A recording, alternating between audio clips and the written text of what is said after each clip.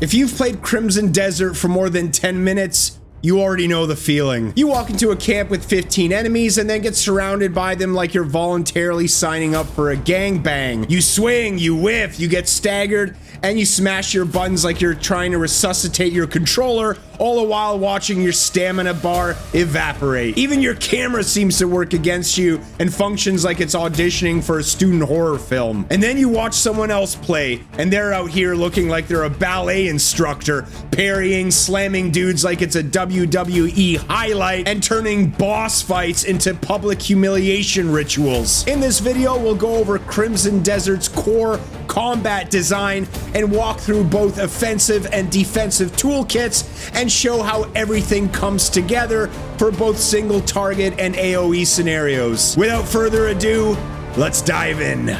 Before you can master Crimson Desert's combat, you need to understand 3 core systems that govern everything else. That is stamina, spirit, and stagger. Stamina is your primary tempo resource. You spend stamina to fuel many of your strongest melee actions, especially heavy attacks such as forward slash, grapples, and certain mobility options. Stamina isn't just about offense either. It's your safety net because dodging, blocking, and maintaining pressure all rely on it. You recover stamina through brief pauses, light attacks, and by not overcommitting. Run out of stamina, and you don't just lose damage, you lose control. Spirit is your power resource. This fuels your more advanced techniques like force palm, turning slash, and other high impact abilities. Unlike stamina, spirit is not constantly regenerated through passive play. Instead, you build it through good combat flow, staying in range, landing hits, chaining attacks, maintaining pressure, and above all,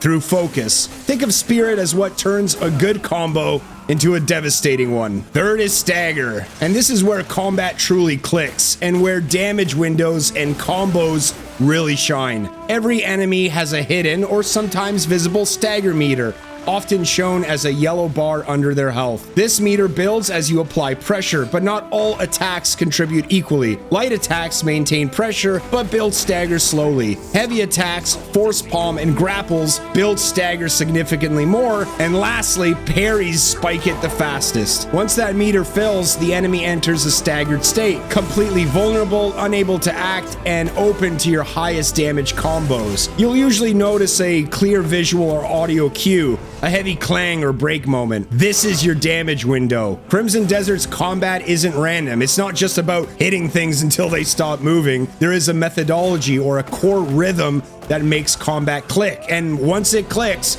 you go from getting bullied by bandits to having them cower before you. Combat in Crimson Desert is built around free-form action controls, and your effectiveness comes less from rigid, pre-baked combos and more from how well you create control, spend resources, and convert openings into damage. Here's the one guiding principle that applies to almost every fight in Crimson Desert. You're not trying to win the trade, you're trying to steal turns. If the enemy gets to take turns, you'll quickly get surrounded, chipped down, and panic roll off a cliff. Get it? Cliff, the protagonist's name? Okay, I'm moving on. So instead, we run a 4-beat combat loop. Create control, build stagger, cash out, reset. Let's dive into these 4 in more detail. Create control means that you do something that steals the enemy's turn or stabilizes the fight through either a blind, a knockback, a throw, a parry, or a perfect dodge that keeps you safe while creating a counter window. Blinding Flash is a particularly powerful example of this because it's free, it has no cooldown, and it briefly blinds or dazes nearby enemies, often buying enough time to heal, reposition, or counter. Build Stagger means you stop thinking damage now and start thinking damage later. Parry is the clearest example because it fills the stagger meter, especially useful against bosses, and when it's filled, it creates a long stun window for your hardest hitting combos. Cash out means you spend your limited resources like stamina and spirit during the window where it's hard for the enemy to punish you. This is where forward slash, stab, lariat grapples, and multi-hit sequences shine. Reset is the part most people skip. It means you don't have to overcommit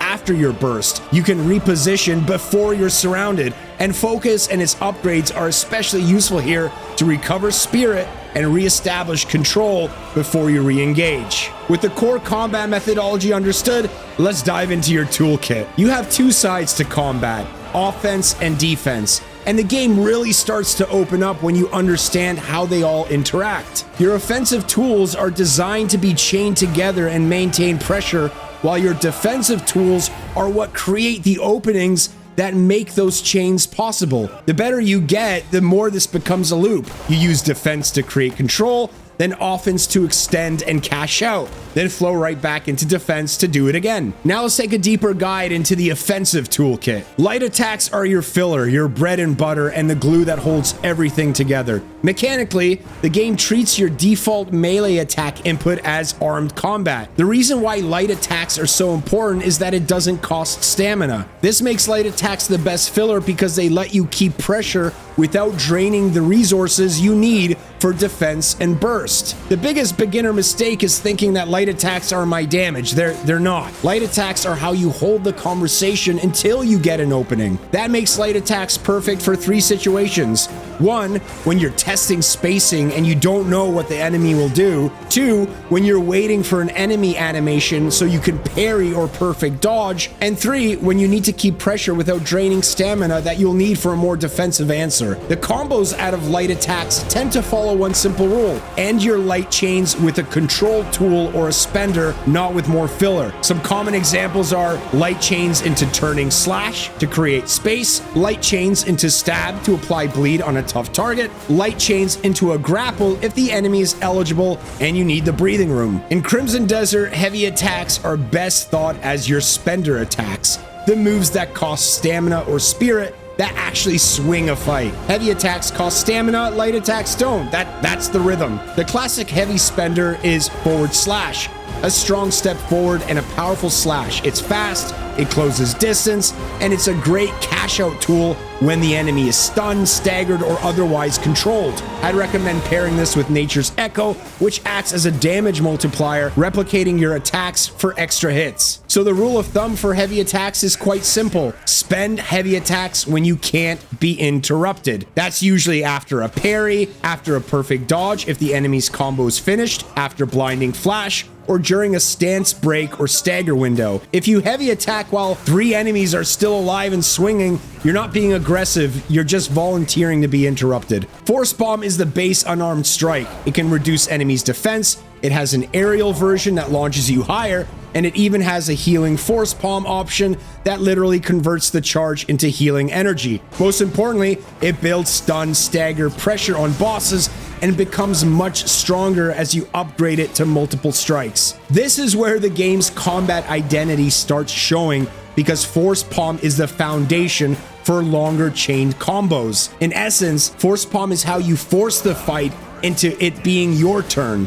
An easy combo flow to start practicing at first is to simply do light chains for pressure, Force Palm to keep them stuck, followed by a heavy spender. As you get better, you can weave other offensive toolkits for longer chained combos, and we'll touch on those later. Aerial Force Palm is also great to use because it launches you higher in midair, which can be used for evasion, repositioning, or setting up aerial attacks, which we'll get into more later. At its core, Kick is a fast, forward-moving strike that helps you reposition, chase, and maintain pressure. It's your primary control and extension tool, used to keep enemies locked in your combo when they're about to fall out. Kick shines in a few key situations: when you're chasing enemies that get pushed out of range, like especially after a Force Palm, maintaining hit stun so that they don't recover mid-combo, and adjusting your positioning mid-sequence to stay in control. What makes Kick so strong is its role as a bridge between attacks. It keeps your offense flowing during moments where enemies would normally reset. It also creates small vulnerability windows where enemies are still airborne or off balance, allowing you to chain directly into grapples or follow-ups before they can recover. A simple effective sequence to practice this would look like this: light chain to focus palm to kick into grapple, and then finish with heavy spenders. Stab is your single target pressure tool, or what I like to call your boss tax. It's a fast forward thrust that acts as both a gap closer and a setup tool, letting you close distance and apply pressure without overcommitting. Most importantly, it applies bleed, which deals damage over time, and that's the key mindset shift. You're not using stab for burst, you're using it to keep damage ticking in the background while you reposition, defend, or build towards stagger. Stab also plays a critical role in your grapple toolkit. Abilities like restrain only become available after landing a stab, allowing you to flow directly into hostage grabs and follow-up control options. Grapples are not just for style, although they do look pretty badass. They're also completely busted at giving you full control over enemies and positioning, especially in AoE scenarios. There are 3 situations where grapples are best used. The first is to simply remove a body. For example, throw and restrain can easily reduce the numbers of active attackers, which is a great way to survive crowds. You can throw someone out of a fight, toss them into hazards, or just off a fucking cliff. Less enemies equals less pressure. The second is to create a guaranteed window. Moves like Lariat slam enemies into the ground and leave them completely vulnerable. This creates a safe damage window where the enemy isn't attacking and where you can commit to heavier attacks or combos. The third is to reposition the fight in your favor. Grapples let you dictate where the fight happens. You can move enemies away from dangerous zones, break up groups, and reset spacing in your favor. As you progress, there are other grapples like Scoop Slam, German Suplex, Elbow Drop, and even a Shield Bash combo string. Once you learn the core loop, these moves don't add additional complexity,